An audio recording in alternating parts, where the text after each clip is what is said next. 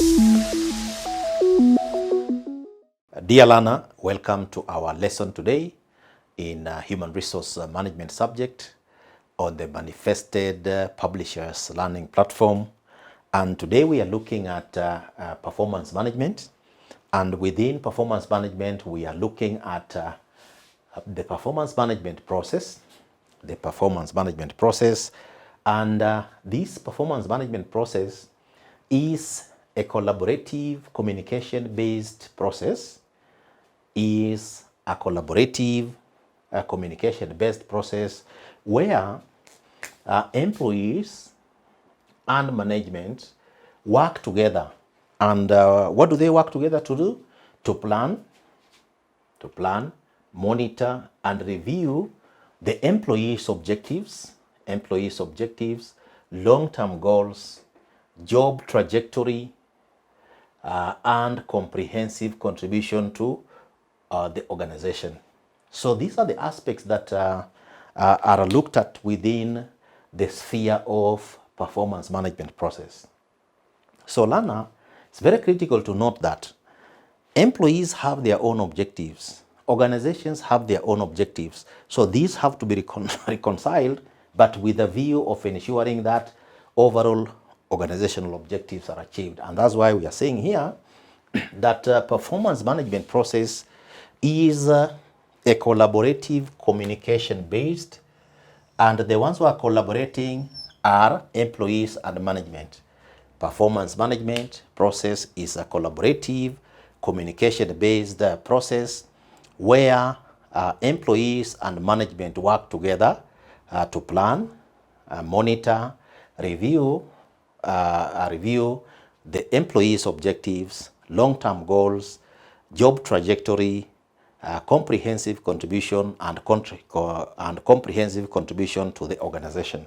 So what is critical here is that though employees have their objectives, but to achieve their objectives, they must achieve them within the context of their job and also in the realization of the overall objectives that the employer has set out to achieve. So the question now we have to ask ourselves, what is the performance management process? The performance management process,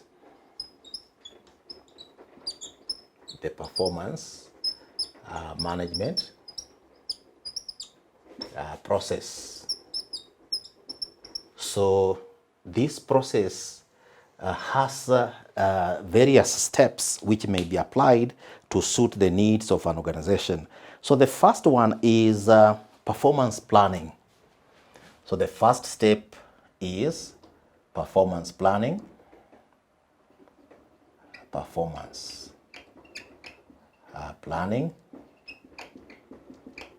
So when the managers and the employees are looking at a performance period cycle, let's say a financial year or a performance cycle, then the first thing they have to do is to look at performance planning in terms of how they will be able to look at the predetermined courses of action at a future date. Then there is the element of ongoing feedback,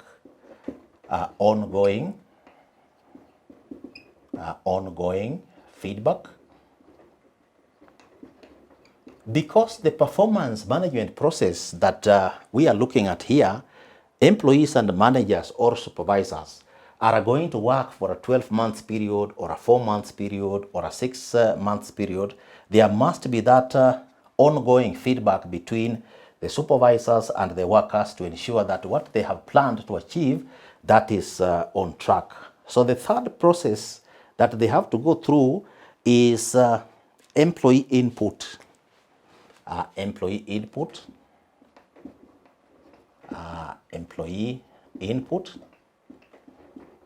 Now, progressive organizations, learner, try to ensure that they don't become one-sided, where the supervisors and managers are the only ones who are making decisions. They try to ensure that they capture the mind of the employee, they capture the innovativeness of the employee, so that the employee gives an input, so that the employee can feel they are also recognized. Then performance evaluation, number 4. performance evaluation. So that is the fourth step in the performance management process, where when the input of the employee has been accorded here, then you look at the actual work itself, so that now you evaluate the performance now based on what was planned here. So that evaluation of the performance on a given period, maybe 4 months, maybe 6 months, maybe 8 months, maybe 12 months. So that performance is evaluated based on a criteria that is going to be agreed between management and the workers. Then there is the element of performance review. Performance review. Performance review. So when it comes to performance review, based on the evaluation results that have been achieved here, then the performance may be reviewed so that you set out to find out whether this particular achievement was within the target or it was not within the target, what were the reasons and so on. Then corrective action is taken, then the cycle again goes again. So these are the 5 steps that are normally used in relation to performance management process in a given organization. So at every stage or at every step, there are normally specific activities that will take place based on the agreement between the management and maybe the workers and so on, depending on their working schedules. So this is now what covers the performance management process, and then it becomes a continuous process in relation to this particular step. So you may have in an organization, maybe if you have that as step 1, then you have that as step 2, then you have that as step 3, then you have that as step 4, then you have that as step 5. So you may have an arrow in relation to the various steps in relation to the performance management process. And when you reach this step, then you can now be able to go back to step 1. Okay, so that one now goes back again. So once the review is done, then you go back to the performance planning, and this particular process continues. So these are loops that may be created, but these loops which are created may not be cast in stone, because an organization may want to go to maybe step 2 and then come downwards and so on. So this is the performance management process that an organization may use, and modify this process based on the needs of a given organization. So Lana, what are some of the ways through which an organization may improve performance management? Improving performance management. Improving performance management. Improving performance management. So what can an organization do so that the organization can be able to improve performance management? So one of the things that an organization can do to improve this process is to discard traditional approaches of performance management. Performance management. An organization that wants to improve its performance management process can be able to discard its performance management approaches that are not giving returns or results based on modern approaches. Then 2, involvement of employees, involvement of workers in setting targets.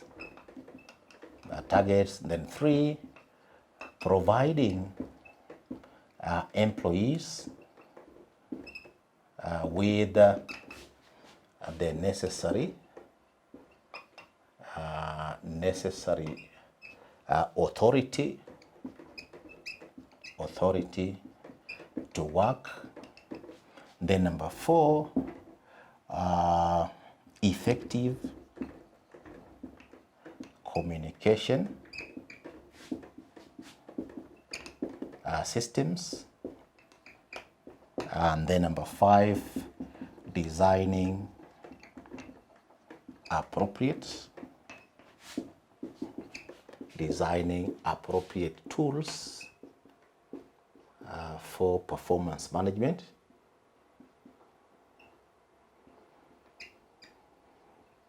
So if you are going to, for example, use what we are saying, if you are going to communicate, so communication channels must be open.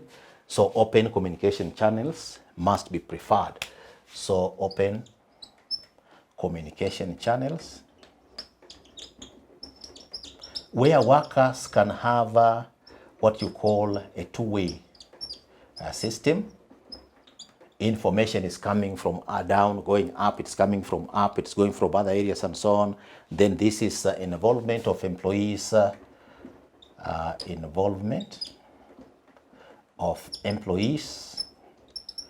in decision making and so on. And then this is linking objectives to organizational strategy.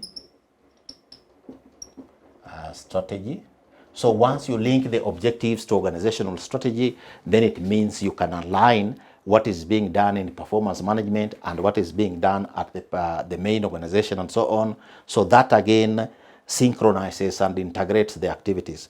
Then when it comes to performance evaluation, here is where now appropriate tools,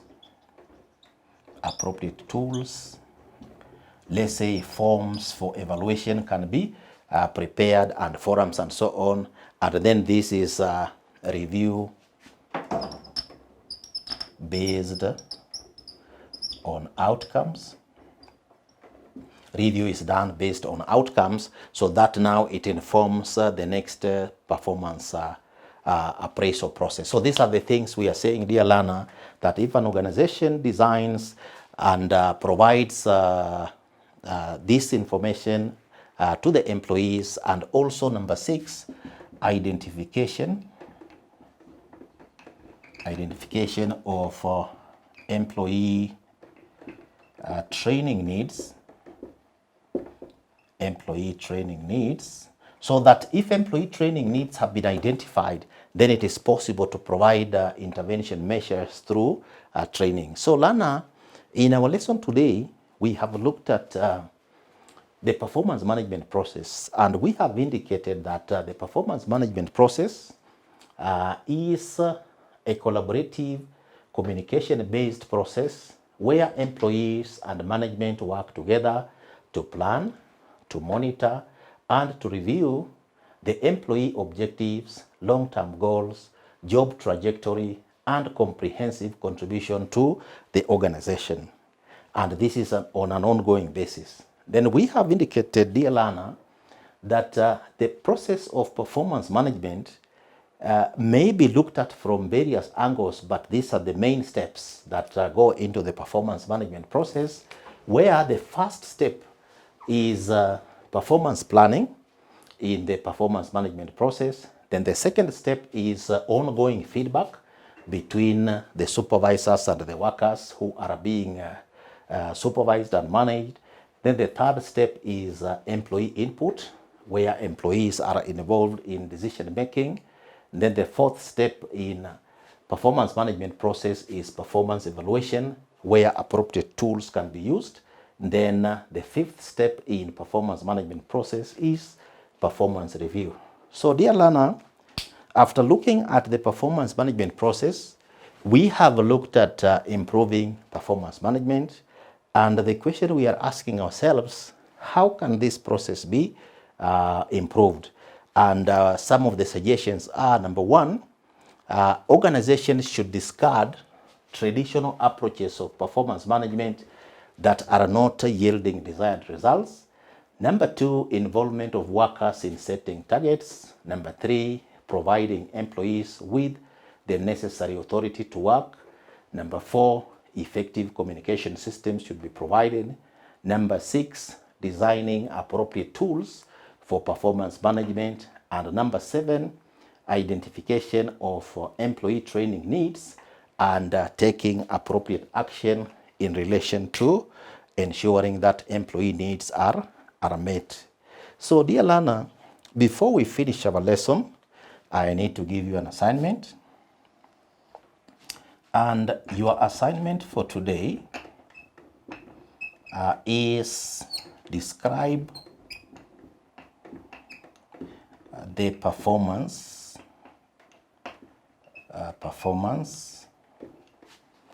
management process.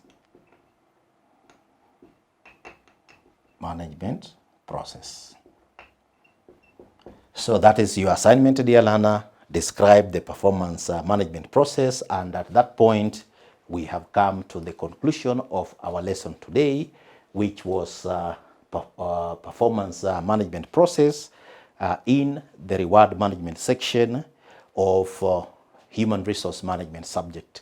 Thank you.